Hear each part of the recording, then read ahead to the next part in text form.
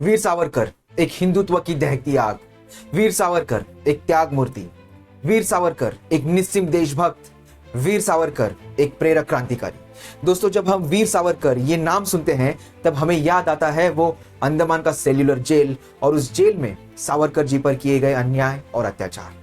क्या सावरकर सिर्फ इतने ही के लिए सीमित है? हमारे देश की आजादी के लिए कई क्रांतिकारियों ने जंग लड़ी, लेकिन समय आगे बीतता गया और क्रांतिकारियों का त्याग और बलिदान कई हद तक भुला दिया गया। तो आइए इस वीडियो में हम एक क्रांतिकारक और वीर विनायक दामोदर सावरकर के त्याग और योगदान के बारे में जानते हैं। वीर सावरकर का जन्म हिंदू मराठी घर में 28 मई 1883 को नासिक जिले के भगूर इस गांव में हुआ। पेशे से बैरिस्टर वीर सावरकर एक लेखक और कवि भी थे। उन्होंने क्रांति घोष, हिंदुत्व, हिंदू राष्ट्र दर्शन जैसी कई किताबें लिखी। ब्रिटिशर्स के मन में वीर सावरकर की दहशत कितनी थी और क्यों थी, ये जानने के लिए इस प्रसंग को सुनिए। उनकी और बाकी कैदियों की जब अंडमान के जेल में रवानगी होने वाली थी, तब ठाणे जेल से ठाणे रेलवे स्टेशन तक बाकी सारे कैदियों को हाथों पैरों में जंजीरें जकड़े हुए रास्ते से पैदल लाया गया, लेकिन वीर सावरकर को एक सरकारी कार में लेकर के गए।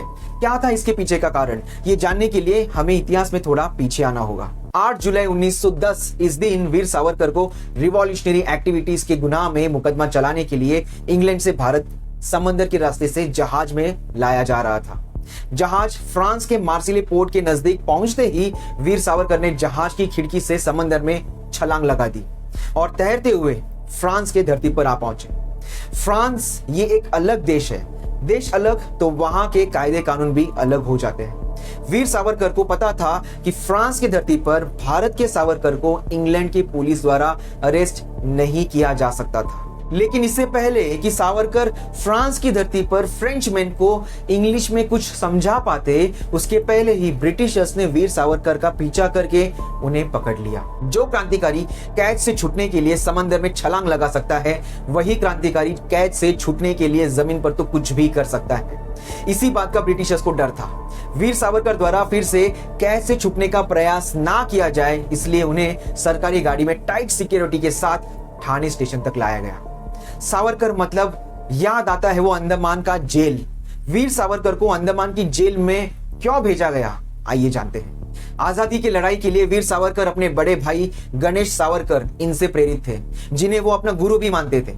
उन्होंने सन 1904 में अपने बड़े भाई गणेश सावरकर के साथ मिलकर एक सीक्रेट ऑर्गेनाइजेशन की स्थापना की, जिसका नाम था अभिनव भारत सोसाइटी। इसका पर्पस था भारत को आजाद कराने के लिए हथियार लेकर लड़ना। वीर सावरकर ने स्वदेशी वस्तुओं को अपनाने के लिए प्रचार किया, क्योंकि वो खुद विदेशी वस्तुओं का विरोध किया करते थे। सन 1905 में उन्होंने दशहरे के दिन सभी विदेशी वस्तुओं को इकट्ठा करके जला दिया।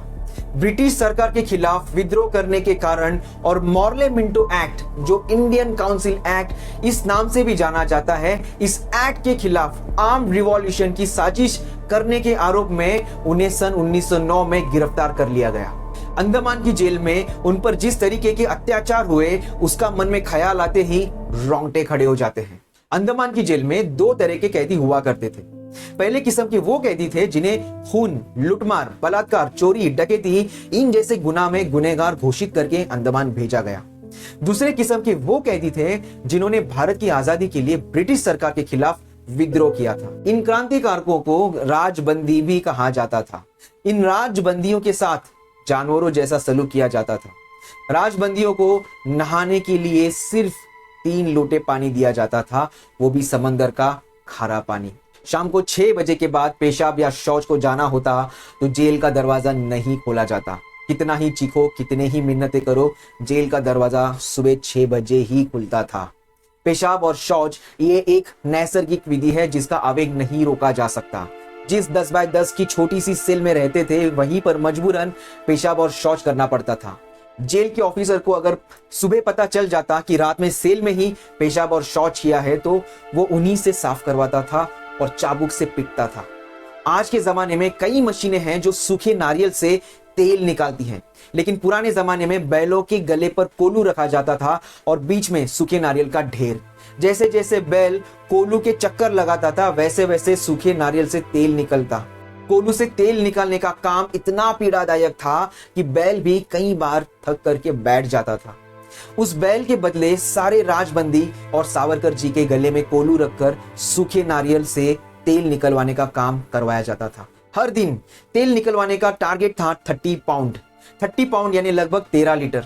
अगर यह टारगेट पूरा नहीं हुआ तो जेल का ऑफिसर चाबुक से पिटता था और जब तक कि टारगेट पूरा ना हो तब तक कोलू चलवाता था। कितने ही कैदियों ने इस सजा को ना सहे जाने पर दम तोड़ दिया, कितने ही कैदियों ने आत्महत्या कर ली। रोज रोज की अन्याय, अत्याचार, जानवरों जैसा सलूक, कोलू चलाने का पीड़ादायक काम, इन सभी से त्रस्त होकर सावरकर के भी मन में आत्महत्या के विचार आए। लेकिन कहते हैं ना, जिसका ध्येय ऊंचा होता है तकलीफ को भी वो सह लेता है। जब जब हौसले ठंडे पड़ जाते होंगे तब तब वीर सावरकर का चरित्र हमें याद करना चाहिए। मन में उठे नकारात्मक विचारों पर भी उन्होंने मात कर ली और ये वीर पुरुष भारत की आजादी के लिए अंडमान की जेल में रहकर भी लड़ता रहा। वीर सावरकर ने जेल में रहकर भी स्वतंत्र भारत के लिए किस प्रकार योगदान दिया, आइए जानते हैं। वीर सावरकर भारत देश को हिंदू राष्ट्र बनाने में विश्वास रखते थे। वीर सावरकर के अनुसार जिसकी पितृभूमि और धर्म भूमि हिंदुस्तान है वही हिंदू है। इसी संकल्पना के आधार पर उन्होंने अंडमान की जेल में एक छोटा सा हिंदू राष्ट्र का निर्माण किया था। अंडमान की जेल में उन्होंने हिंदी भाषा, जिसमें संस्कृत शब्द ज्यादा से ज्यादा हो, उसका प्रचार किया। अंडमान के स्वतंत्र लोगों में रामायण, महाभारत, शिवाजी महाराज के चरित्र की किताबें हिंदी भाषा में देकर हिंदी भाषा का प्रचार किया। राजबंदियों को शिक्षित करने के लिए उन्होंने जेल में लाइब्रेरी का निर्माण किया, जिसमें ज्यादातर हिंदी किताबें हुआ करती थी। वीर सावरकर के अनुसार शिक्षित होना मतलब सिर्फ पढ़ते और लिखते आना इतना ही नहीं था, बल्कि राजबंदियों को अपने देश के बारे में, वर्तमान राजकारण के बारे में, जनरल नॉलेज के बारे में पता होना, इसके अलावा भगवत गीता के श्लोक, धार्मिक ग्रंथों की फिलॉसफी, क्रांतिकारकों का राजकारण, इनके बारे में भी पता होना। इन सब की शिक्षा राजबंदियों को दी जाती थी। जिसके मन में सच में राष्ट्रभक्ति होना, वही व्यक्ति ऐसे कठिन परिस्थिति में भी राष्ट्र की सेवा कर सकता है। वीर सावरकर को 50 साल की उम्र कैद की सजा हुई थी, जिसके चलते उनकी रिहाई 1960 में होने वाली थी। लेकिन सन 1924 में ब्रिटिश सरकार ने वीर सावरकर को 5 वर्ष तक पॉलिटिकल एक्टिविटीज में इन्वॉल्व ना होने के कड़े नियमों के तहत रिहा कर दिया। जेल से रिहाई के बाद 1930 में वीर सावरकर ने भारत में अस्पृश्यता के खिलाफ अभियान की शुरुआत की। उन्होंने दलित समुदाय के साथ सभी हिंदुओं को प्रवेश की अनुमति देने के लिए रत्नागिरी जिले में पतित पावन मंदिर का निर्माण किया। इतने प्रेरणादायी कार्य करने वाले भारत के वीर पुरुष ने सन 1964 में समाधि लेने का निर्णय ले लिया। उन्होंने 1 फरवरी 1966 को भूख हड़ताल शुरू कर दी और 26 फरवरी 1966 को उनका निधन हो गया। उनका मानना था कि भारत को स्वतंत्रता मिलने के साथ ही उनके जीवन का लक्ष्य पूरा हो गया। तो भारत भूमि के महापुरुष वीर सावरकर से प्रेरणा लेते हुए भारत देश की सेवा करने का संकल्प करते हैं। धन्यवाद।